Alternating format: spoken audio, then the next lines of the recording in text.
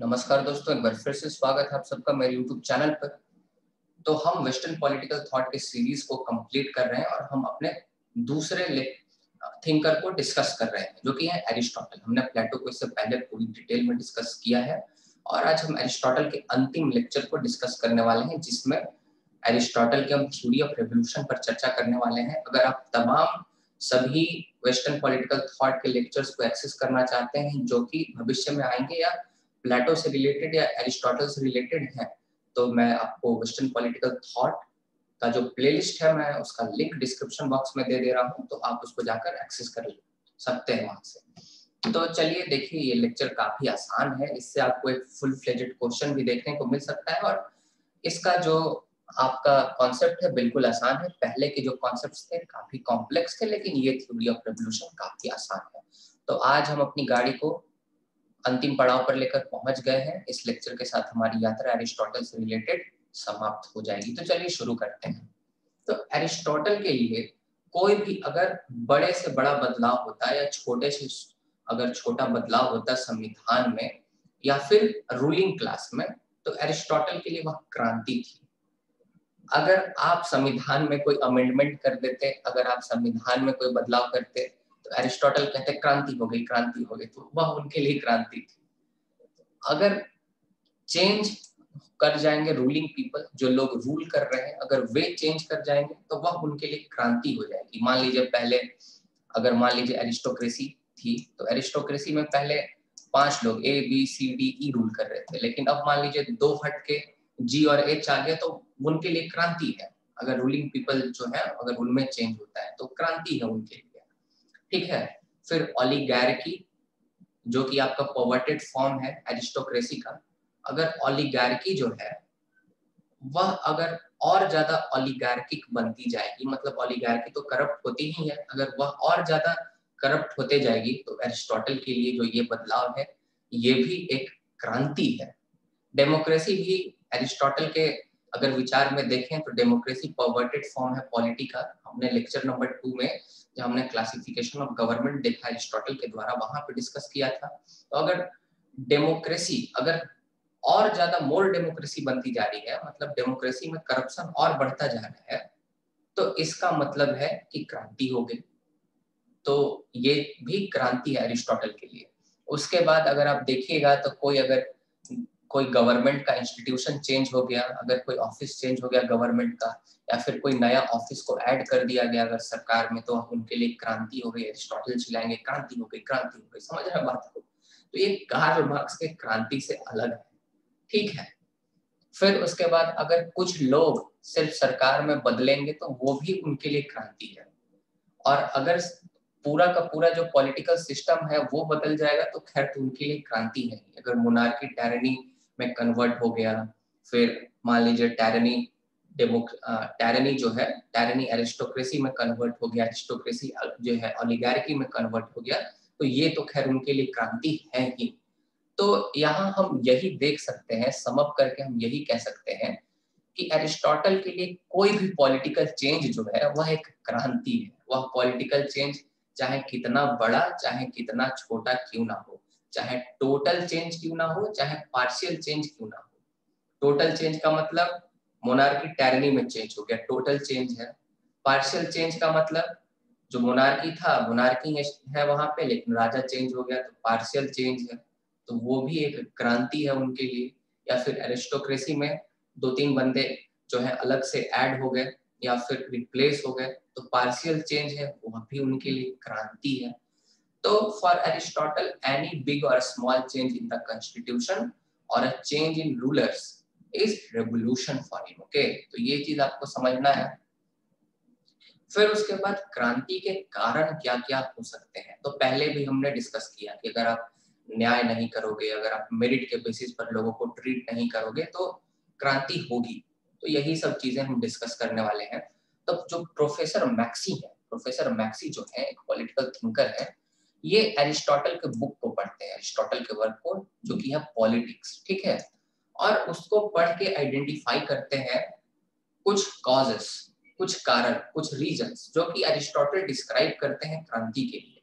तो एरिस्टोटल ने जो क्रांति के लिए कॉजेस, कारणों को जो डिस्क्राइब किया है चिन्हित किया है उसे हमारे सामने पेश कौन कर रहे हैं? तो प्रोफेसर मैक्सी पेश कर रहे हैं। तो एरिस्टोटल के अनुसार क्रांति किन किन कारणों से हो सकती है? तो सबसे पहला कारण अनइक्वल डिस्ट्रीब्यूशन ऑफ ऑफिसेस। अगर आप ऑफिसेस का अगर अनइक्वल डिस्ट्रीब्यूशन करते हैं तो इससे क्या होगी? क्रांति हो सकती है। ठीक है, अनइक्वल डिस्ट्रीब्यूशन की मतलब जो लोग डिजर्विंग है आप उनको नहीं दे रहे हैं और जो लोग अनडिजर्विंग है आप उनको दे रहे हैं, जिनमें मेरिट है आप उनको ऑफिसेस में नहीं ले रहे हैं और जिन लोगों में मेरिट नहीं है, उतना टैलेंट नहीं है, आप उनको ले रहे हैं ऑफिसेस में। तो अनइक्वल जो अगर आप डिस्ट्रीब्यूशन कीजिएगा ऑफिसेस का तो क्रांति होगी। फिर मिसयूज ऑफ अथॉरिटी, अगर आप अपने अथॉरिटी का अपने सत्ता का अगर गलत इस्तेमाल कीजिएगा तो इससे क्रांति होगी। तो ये तो समझाने की जरूरत नहीं, आप जानते हैं। अगर अन्याय होगा तो क्रांति होगी। अगर इनजस्टिस होगा, लोगों के साथ अन्याय होगा तो इससे क्रांति होगी। चौथा है केयरलेस रिक्रूटमेंट, अगर आप सही से अगर रिक्रूटमेंट नहीं करते तो इससे क्रांति होगी। सही से रिक्रूटमेंट करने का मतलब है कि स्टेट के ऑफिस में प्रॉपर व्यक्ति को रिक्रूट करना। ऐसा नहीं कि जो फिनांस में मास्टर है उसको हेल्थ डिपार्टमेंट में डाल दिया और जो हेल्थ में अच्छा उसको फिनांस में डाल दिया। तो अगर इस तरह से केयरलेस अगर रिक्रूटमेंट करोगे तो क्रांति होगी। ठीक है। फिर अनवांटेड एक्सपेंडिचर, अगर बेवजह अगर सरकार खर्च करेगी, अगर अनवांटेड अगर खर्च करेगी, पैसे अगर फेंकेगी तो इससे क्रांति होगी। क्योंकि पैसे फेंकेगी सरकार तो फिर पैसे वसूलेगी कहाँ से? जनता पर टैक्स लगाकर, और जनता पर टैक्स का बर्डन बढ़ेगा तो भैया क्रांति तो जनता करेगी। और एरिस्टोटल सही थे कहीं ना कहीं। फ्रेंच रेवोल्यूशन क्यों हुआ आप याद कीजिए, टिट्स और टेल्स दोनों बढ़ाए गए, याद कीजिए आप 9th क्लास अगर पढ़े होंगे ठीक से तो। 1789 फ्रेंच रेवोल्यूशन। ठीक है, तो अनवांटेड एक्सपेंडिचर करोगे तो क्रांति होगी। जेलेसी, जेलेसी भी बहुत एक बड़ा कारण है क्रांति के लिए। मैंने आपको जब प्राइवेट प्रॉपर्टी के थ्योरी को बताया था तो मैंने बताया था कि इंडिविजुअल ओनरशिप और इंडिविजुअल यूज को रखेंगे तो उससे गरीबों के मन में जेलेसी की भावना आएगी अमीरों के प्रति, इससे क्रांति हो सकती है। तो जहां जलन ईर्ष्या की भावना होगी वहां क्रांति होगी। ठीक है, एरिस्टोटल के हिसाब से। फिर उसके बाद नेग्लेक्ट ऑफ माइनर चेंजेस, अगर आप छोटे छोटे बदलावों को अगर नजरअंदाज कर देंगे, अगर जनता अगर मांग कर रही है छोटे बदलाव करने की, आप उसको नजरअंदाज कर देंगे तो यही जो छोटे बदलाव हैं जाकर बड़े बन जाएंगे और इससे क्रांति हो सकती है। फिर इमाइग्रेशन फ्रॉम आउटसाइडर, अगर आपका फॉरेन इन्फ्लक्स आएगा, अगर आपके आउटसाइडर्स लोग अगर आ जाएंगे, फॉरेनर्स आ जाएंगे, अचानक से आपका डेमोग्राफी अगर चेंज हो जाएगा तो क्रांति होगी। इसीलिए मैंने आपको बताया था ना, वो जब हम प्राइवेट प्रॉपर्टी वाला डिस्कस कर रहे थे, हम आपको बताए थे उस टाइम ना कि एरिस्टोटल इसीलिए कहते हैं कि भाई प्राइवेट प्रॉपर्टी को एक्वायर करना है तो आप इंट्रा स्टेट ट्रेड करो, मतलब अपने राज्य के अंदर ही व्यापार करो। ठीक है, क्योंकि आप अगर इंटर स्टेट ट्रेड करोगे, अगर एक राज्य से दूसरे राज्य, यहाँ राज्य का मतलब देश, पॉलिटिकल साइंस में से भी राज्य का मतलब देश ही होता है, एक राज्य से दूसरे राज्य के बीच में, तो इमिग्रेंट्स आएंगे और इमिग्रेंट्स आएंगे, अचानक से डेमोग्राफी चेंज होगा तो क्रांति होगी। तो ये आपका 8वां रीजन है। 9वां है use of force without reason, अगर आप इरेशनली बिना तर्क क्षमता के अगर शक्ति का इस्तेमाल कर रहे हो तो भाई क्रांति होगी।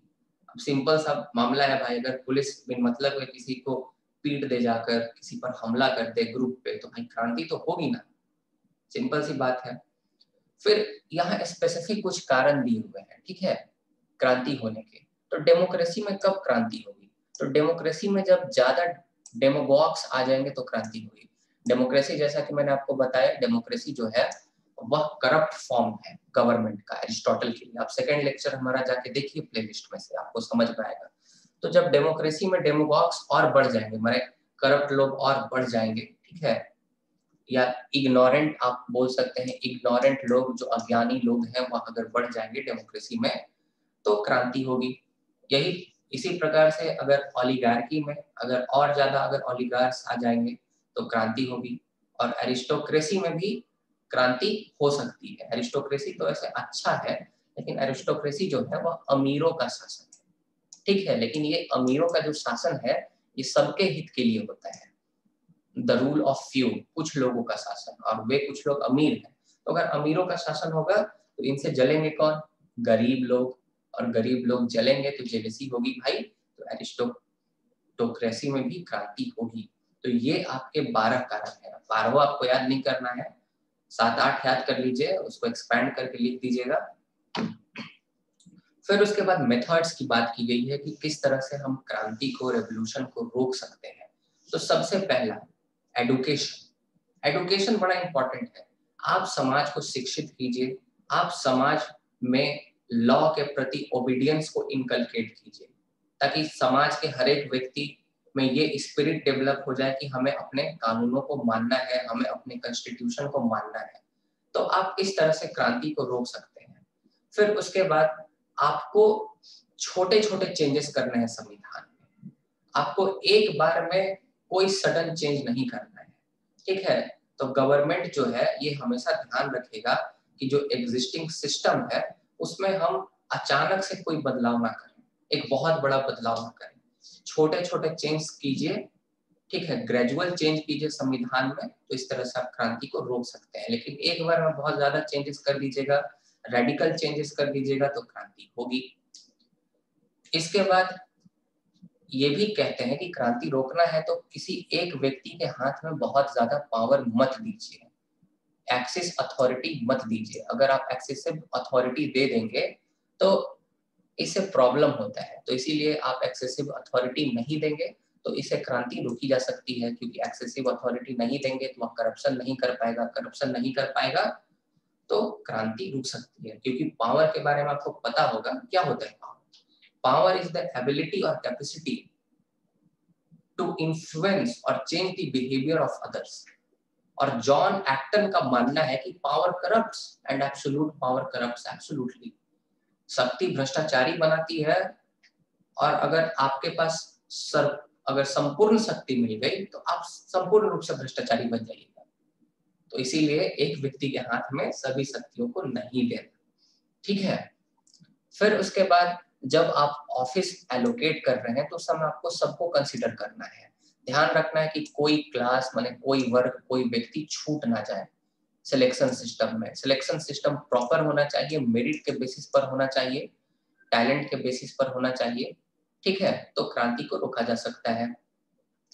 फिर पब्लिक कंट्रोल हो, फिनेंशियल एडमिनिस्ट्रेशन माने जो पैसा हो, जो खजाना हो, फंड हो जो गवर्नमेंट का, उसका पब्लिक कंट्रोल हो, अर्थात पब्लिक स्क्रूटनी में रहे कि जो पैसा जा रहा है कहाँ खर्च हो रहा है, कहाँ नहीं खर्च हो रहा है। अगर इस तरह से आप अगर ट्रांसपेरेंसी दिखाइएगा तो जनता जो है वह क्रांति नहीं करेगी, उसको लगेगा ठीक है पैसा सही जगह पे खर्च हो रहा है, अनवांटेड एक्सपेंडिचर नहीं हो रहा है। क्योंकि अनवांटेड एक्सपेंडिचर होता है तो क्रांति होती है। तो ये आपका 5वां तरीका है। छठा तरीका है कि जस्टिस अर्थात न्याय के बेसिस पे आप ऑफिसेस और ओनर्स को अवॉर्ड करें, डिस्ट्रीब्यूट करें, इनका वितरण करें। और डिस्ट्रीब्यूटिव जस्टिस के बेसिस पर, मतलब equal should be treated equally and unequal should be treated unequally. Okay, मतलब जिसमें मेरिट है, जो जितना ज्यादा समाज की सेवा कर रहा है, राज्य की सेवा कर रहा है, अपने कर्तव्यों को निभा रहा है, और जितना ज्यादा प्रतिभावान है उतना ज्यादा उसको ऑफिसेस और ओनर्स मिलना चाहिए। ओके, यही न्याय है डिस्ट्रीब्यूटिव जस्टिस। आप न्याय की अवधारणा जाकर समझें एरिस्टोटल का मेरे लेक्चर्स के माध्यम से। फिर माइनर इवेंट्स को आपको स्टेट में इग्नोर नहीं करना है, क्योंकि ये जो छोटे छोटे जो इश्यूज है ना, यही जाके एक बड़ा प्रॉब्लम का रूप ले लेते हैं। तो इसलिए माइनर इवेंट को आप इग्नोर मत कीजिए, इस तरह से आप क्रांति रोक सकते हैं। फिर आउटसाइडर्स को अवॉइड कीजिए, जो फॉरेनर्स हैं, जो इमिग्रेंट्स हैं, उनको, ठीक है, उनको आप अवॉइड कीजिएगा तो इस तरह से क्रांति को रोका जा सकता है। और आप अपने लोगों को कॉन्फिडेंस में लीजिए। तो अगर आप अपने लोगों को कॉन्फिडेंस में लेते हैं तो इससे क्रांति को रोका जा सकता है, लोग अगर आपके सपोर्ट में हैं तो ये आपका थ्योरी ऑफ रेवोल्यूशन है अरिस्टोटल के द्वारा। अब कंक्लूजन की ओर आगे बढ़ते हैं। कोई भी क्वेश्चन पूछा जाएगा अगर आपसे, मान लीजिए थ्योरी ऑफ प्रॉपर्टी पूछ दिया, मान लीजिए थ्योरी ऑफ जस्टिस पूछ दिया अरिस्टोटल का, या कोई भी क्वेश्चन पूछा जाए, थ्योरी ऑफ स्लेवरी पूछा जाए, कुछ भी पूछा जाए, बस यहाँ पे आपको उसको फिल इन द ब्लैंक्स में डाल देना है। अगर थ्योरी ऑफ स्लेवरी हो तो थ्योरी ऑफ स्लेवरी डाल के कंक्लूड कर देना है, अगर जस्टिस हो तो इसको डाल के कंक्लूड कर देना है, रेवोल्यूशन हो तो यहाँ थ्योरी ऑफ रेवोल्यूशन डाल के कंक्लूड कर देना है। बस ये फिल इन द ब्लैंक्स को भर देना है। यही स्ट्रक्चर आपको याद कर लेना। बहुत सारे स्टूडेंट्स हमसे कंक्लूजन मांगते हैं कि क्या लिखें कंक्लूजन में। तो लिखना है कि अनलाइक प्लेटोज पॉलिटिकल फिलोसफी, कि प्लेटो के पॉलिटिकल फिलोसफी के विपरीत जो एरिस्टोटल का थ्योरी ऑफ डैश है, कुछ भी मान लीजिए थ्योरी ऑफ जस्टिस, ये प्रैग्मेटिक है, प्रैक्टिकल है और इंपीरिकल अप्रोच पे बेस है, ठीक है, अनुभवात्मक दृष्टिकोण पर बेस्ड है। इसीलिए उनको फादर ऑफ पॉलिटिकल साइंस कहा जाता है।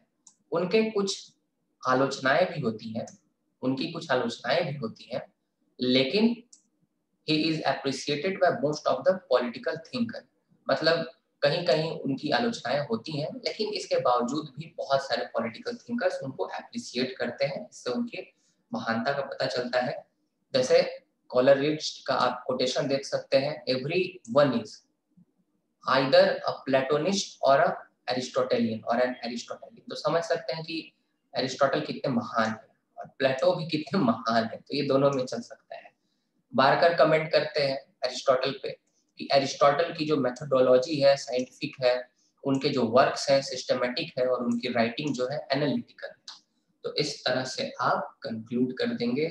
इसी के साथ जो एरिस्टोटल के लेक्चर्स हैं यहीं पे एंड करते हैं। इससे बाहर कुछ नहीं होता है एरिस्टोटल से related, mainly political science honours के लिए, ठीक है। बाकी एरिस्टोटल को फादर ऑफ पॉलिटिकल साइंस के साथ साथ फादर ऑफ बायोलॉजी भी कहा जाता है, तो बायो में भी उनका कुछ कॉन्सेप्ट होगा, अब वो मुझे नहीं पता, वो आप बायोलॉजी के टीचर से समझ सकते हैं।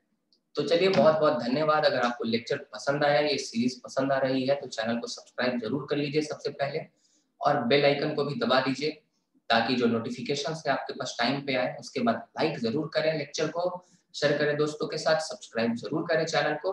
और साथ ही साथ दोस्तों, अगर आप मेरे रेगुलर व्यूअर हैं तो दोस्तों प्लीज मंथ में ज्यादा नहीं, कम से कम अगर 10 रुपीज कंट्रीब्यूट करें, मंथली 10 रुपीज अगर आप कंट्रीब्यूट करते हैं तो मेरे लिए बहुत बड़ा हेल्प हो जाएगा, क्योंकि यूट्यूब से नाम मात्र के पैसे मिलते हैं, मैं आपको बता दे रहा हूँ, एजुकेशन चैनल को मेनली, क्योंकि व्यूज जाते नहीं और इतना अच्छा पढ़ाता हूँ कि कोई देखता ही नहीं, क्योंकि कोई पढ़ता ही नहीं आजकल के जमाने में, पबजी से फुर्सत मिले तब तो चलिए पढ़ते रहिए। और प्लीज प्लीज प्लीज गूगल पे और फोन पे के माध्यम से जितना आपसे बनता है प्लीज सपोर्ट जरूर कीजिए। मंथली 5-10 भी अगर सपोर्ट करेंगे तो मेरे लिए काफी ज्यादा वो मायने रखेगा। तो बहुत बहुत धन्यवाद, मिलते हैं अगले लेक्चर के साथ। हो सकता है मैकियावेली को कंप्लीट करें या फिर हॉब्स के साथ हम आगे बढ़ें। चलिए, आपका दिन शुभ हो।